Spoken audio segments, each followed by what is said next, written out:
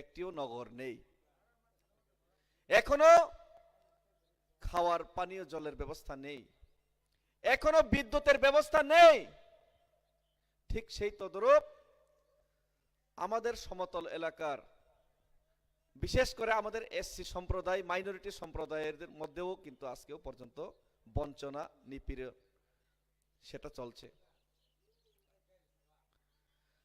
যার কারণে আমরা আজকে দেখলাম ত্রিপুরা রাজ্যের মধ্যে জনগণের মধ্যে যে বিশ্বাসটা ছিল এক সময়, উন্নয়নের বিশ্বাস, নবজাগরণের যে বিশ্বাস, সেই বিশ্বাস আজকে আমাদের মধ্যে নেই। সেই অবিশ্বাস থেকেই সেই বিভিন্ন রাজনৈতিক দলরা এখানে ফায়দা তুলে গত ৭৩ বছরের রাজনীতি করেছে আমাদের উপরে। কি বামফ্রন্টই বলো, কি কংগ্রেসই বলুন, এবং কি বিজেপির কথাই বলুন, আমরা কইতাম সেই বামফ্রন্টকে খাল কেটে কুমির আনা। বামফ্রন্টকে আমরা খাল কেটে কুমির এনেছি বলে 2018 আগে বলতাম। এটা বাস্তব। 35 বছরের বামফ্রন্ট অনেক এখানে গরিবের সরকার বলে ত্রিপুরা রাজ্যের জনগণকে বোকা বানিয়ে, টুপি পরিয়ে গরিব বানিয়ে রাখার কাজটা কিন্তু 35 বছরে করেছেন। বৈষম্য সৃষ্টি করার কাজটা করেছেন, গরিবকে গরিব বানিয়ে রাখার কাজ করেছেন, ত্রিপুরা বাঙালিদের মধ্যে বিভেদ সৃষ্টি করার কাজটা করেছেন। সেই কারণেই ত্রিপুরা রাজ্যবাসীরা এই খাল কেটে কুমির এনেছি বলে মনে করেই সেই সিপিএমকে তাড়ানোর জন্য একটা মনের মধ্যে সবাই আশা বিশ্বাস নিয়ে গত 2018 নির্বাচনে বামফ্রন্টের বিরুদ্ধে ভোট দিয়েছিলেন।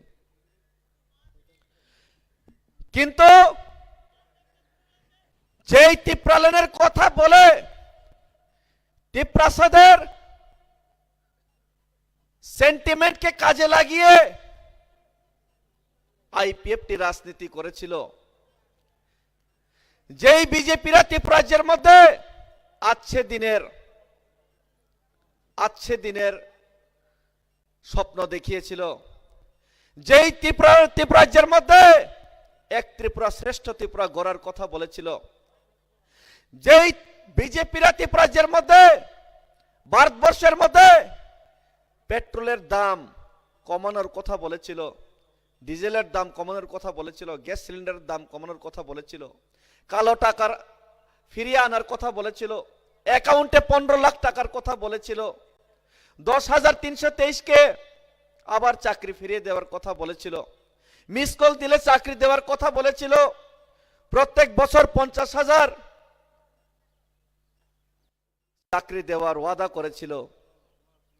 যেই বিজেপি ত্রিপুরা রাজ্যের মধ্যে অনেক স্বপ্ন দেখিয়েছিল, সেই বিজেপি গত 5 বছরে আমরা দেখলাম, সিপিএম তো আমরা খাল কেটে কুমির এনেছি, কিন্তু বিজেপি আইপিএফটিটাকে এনে আমরা দেখলাম খাল কেটে কুমির আনা নয়, এ তো কুমির চাষ করছে। আমরা গত 5 বছরে আমরা বিজেপিকে এনে কুমিরের চাষ করলাম, যেই কুমির ত্রিপুরা রাজ্যের জনগণকে তিলে তিলে গিলে খাওয়ার কাজ করেছে। কি মুসলিম ভাই বোন, কি ত্রিপুরা, কি এসসি, কি মাইনরিটি, কি বাঙালি, সমস্ত ত্রিপুরা রাজ্যের জনগণকে গিলে খাওয়ার কাজ করেছে। সেই কুমিরের চাষ করার ফলস্বরূপ আজকে আমরা সবাই ভুক্তভোগী। কিছুদিন আগে আমরা দেখলাম এই এলাকার কাছাকাছি নলছর এলাকায় নাকি কিশোর বর্মন না জানি কারে প্রার্থী করছিল বিজেপিরা।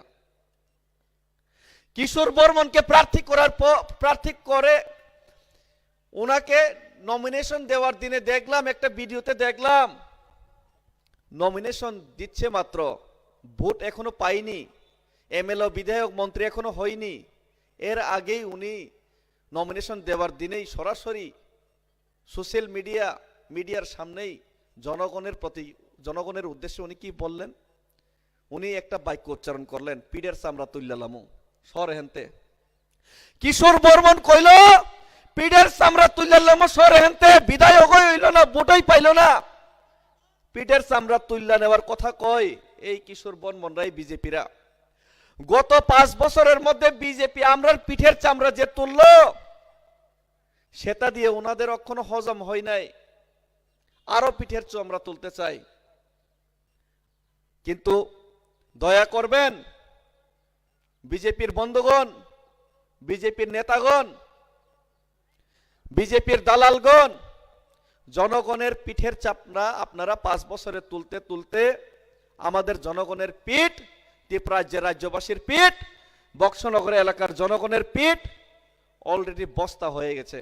আমাদের পিঠের চামড়া তোলার জন্য আপনাদের চাবুক চালালেও সেই পিঠের চামড়া আর তোলা যাবে না। যা পিঠের চামড়া তুলবে সেটা আগামী 16 তারিখের পর 2 তারিখে জনগণ গণতান্ত্রিক উপায়ে আপনাদের বর্জন করে বিজেপির পিঠের চামড়া এই ত্রিপুরাজ্য থেকে তুলবে জনগণ। সেটার জন্যই আজকে ত্রিপুরা রাজ্যের সমস্ত রাজ্যবাসীরা সেই বিজেপিকে বিদায় বিসর্জন দেওয়ার জন্য দশমীর দিনে যেভাবে বিসর্জন দেওয়া হয় রাবণকে, সেইভাবে বিসর্জন দেওয়ার জন্য সবাই এখন প্রস্তুত হয়ে আছে। এখানে আমি আরো বলতে চাই, পিঠের চামড়ার কথা বলে আমি আরো মনে পড়লো 10,323-এর কথা। সেই হেমন্ত বিশ্ব শর্মা শুনলাম অনেক টাকা, কোটি কোটি টাকা নিয়ে ঘোরাঘুরি করছেন হেলিকপ্টারে, গাড়ি নিয়ে বিজেপির নেতা মন্ত্রীরা।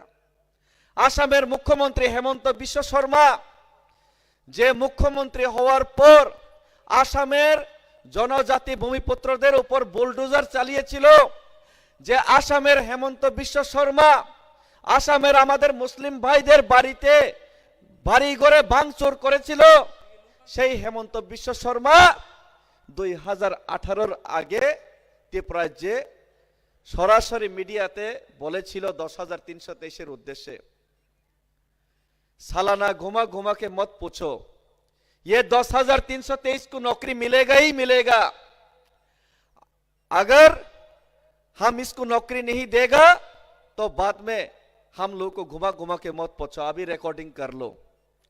अगर हम लोग 10,323 को नौकरी नहीं देगा तो बाद में बीजेपी को वोट मत देना, ये बोला था हमारा हेमंत बिश्व शर्मा जी ने। अभी फिर से ये हेमंत बिश्व शर्मा बोल रहे हैं, वो तो मैं झूठ मूठ का बोल दिया था ভোট পানে के लिए। ভোট পাওয়ার জন্য মিথ্যা প্রতিশ্রুতি দিয়েছিল, সেটা নিজে অকপটেই এখন স্বীকার করছে সেই হেমন্ত বিশ্ব শর্মা। সেই 10,323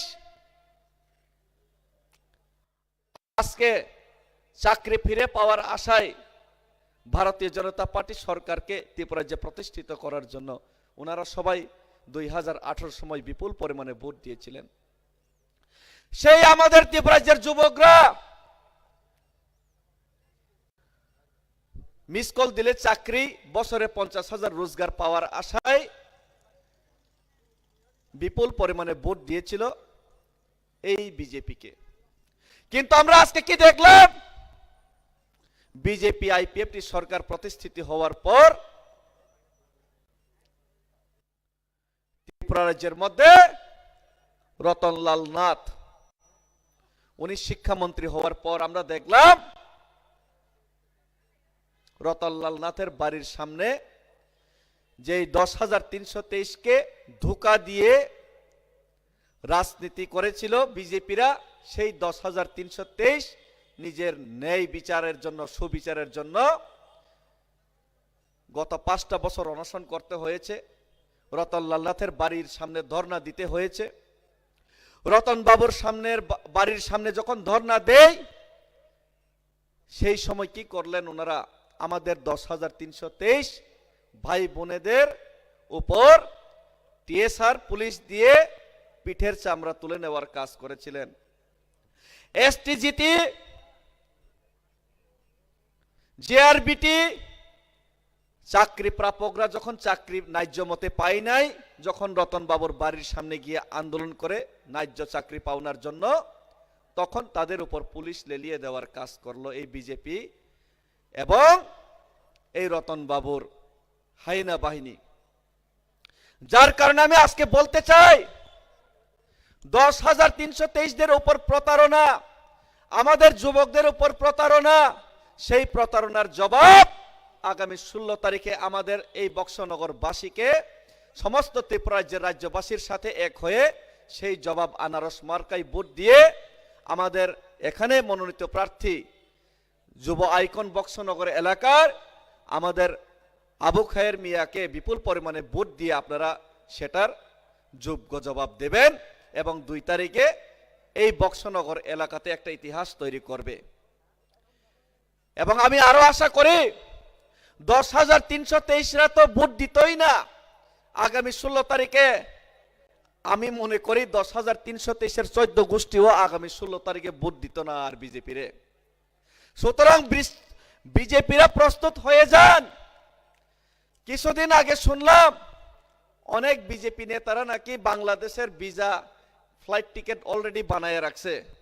এটা বানানো উচিত, কারণ 2 তারিখের পর জনগণরা যেভাবে ওনাদের প্রসাদ দেবেন সেই প্রসাদ খাওয়ার জন্য ওনারা এখানে থাকতে পারবেন। আমি আশা করি ওনাদের বাংলাদেশ, কলকাতা তো মমতা ব্যানার্জি ওখানেও যেতে পারবে না, বাংলাদেশ যাওয়ার জন্য প্রস্তুত হতে হবে সেই বিজেপি নেতাদের। এবং আমি আরো বলতে চাই, আজকে ত্রিপুরা রাজ্যের মধ্যে বিশেষ করে এই বক্সনগর এলাকাবাসীকে, আমার মাইনরিটি ভাইদেরকে ত্রিপুরা রাজ্যের মধ্যে সিপিএম আপনারা করেছেন, সিপিএম এর উপর আপনারা বিশ্বাস রেখেছেন, কিন্তু সেই সিপিএম যেই দিন ভারতীয় জনতা পার্টি বিজেপি সরকার মসজিদ ভাঙার কাজ করেছিল, মসজিদ ভেঙে দেওয়ার জন্য বজরং বাহিনীকে লেলিয়ে দেওয়া হয়েছিল, সেই দিন সেই কমিউনিস্ট কংগ্রেস আমাদের মাইনরিটি ভাইদের পাশে দাঁড়ায়নি, একটি শব্দ বাক্য উচ্চারণ করার সাহস দেখায়নি। সেই দিন আমাদের মাইনরিটি ভাইয়ের কাছে কে ছিল, ওনাদের প্রকৃত বন্ধু কে ছিল, ওনাদের পাশে হয়ে দাঁড়িয়ে কে সরাসরি বক্তব্য রেখেছিলেন, কে প্রতিবাদ করেছিলেন? সেই দিন প্রতিবাদ করেছিলেন আমাদের ত্রিপুরা রাজ্যের মহানায়ক, ত্রিপুরা রাজ্যের বাস্তববাদী, সত্যবাদী আমাদের বুবাগ্রা প্রদ্যোৎ বিক্রম কিশোর মানিক্য। আরো আপনাদের মনে রাখা উচিত, ভারতীয় জনতা পার্টির বিধায়ক পবিত্র বিধানসভায় উনি আমাদের মুসলিম ভাইদের উদ্দেশ্যে বলেছিলেন, শম্ভুলাল চাকমা বিজেপির বিধায়ক, মাদ্রাসা নাকি বন্ধ করে দেওয়া উচিত, হজ যাত্রা বন্ধ করে দেওয়া উচিত, মাদ্রাসাতে নাকি আতঙ্কবাদী সৃষ্টি হয়। এই কথা কে বলেছিল? এই কথাটা বলেছিল বিজেপির বিধায়ক ত্রিপুরার বিধানসভায়। আর আমরা আজকে যদি আবার বিজেপিকে ভোট দিই তাহলে আমাদের কি হবে, আমরা ভেবে চিনতে সেটা ভোট দেওয়া দরকার।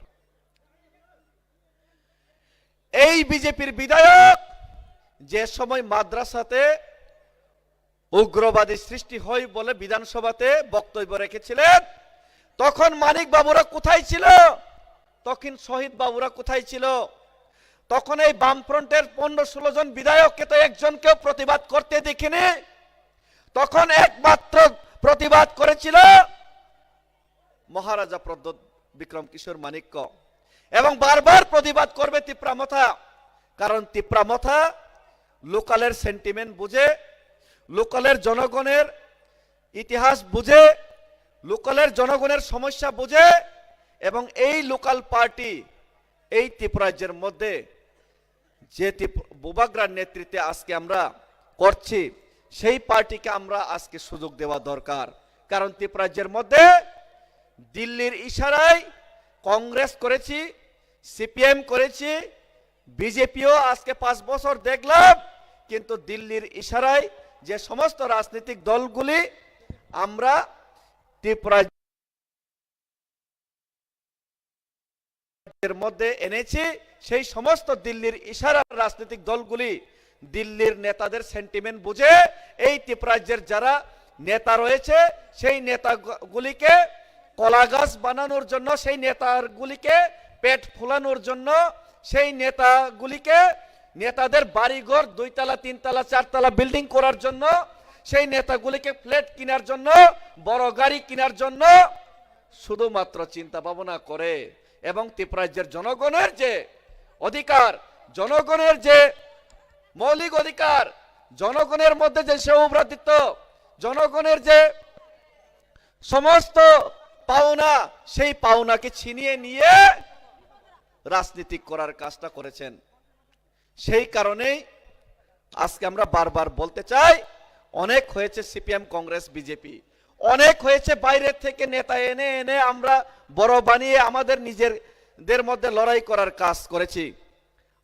একবার আমরা এই লোকাল পার্টি, লোকাল আনারস এবং এই লোকালের আমাদের আবু খায়েরদার মতো ব্যক্তিকে মহারাজার নেতৃত্বে, লোকালের যে আমাদের ইতিহাস জানে, লোকালের যে সেন্টিমেন্টটা বোঝে, লোকালের যে সমস্যাটা বোঝে, সেই মহারাজা প্রদ্যোৎ বিক্রম কিশোর মানিক্যের হাতে একবার আমরা ক্ষমতা সঁপে দিয়ে এই ত্রিপুরাজ্যের জনগণের অধিকার পুনরুদ্ধার করার আমরা কাজ করব। সেটা আমরা মনে সেটা গেঁথে নিয়ে আগামী দিনে আমরা ঐক্যবদ্ধ হয়ে লড়াই করার জন্য আমি আপনাদের কাছে আহ্বান করব।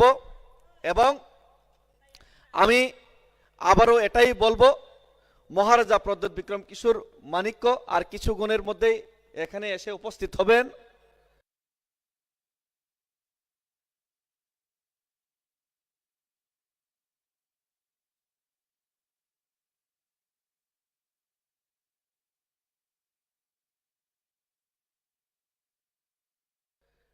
আপনাদের উদ্দেশ্যে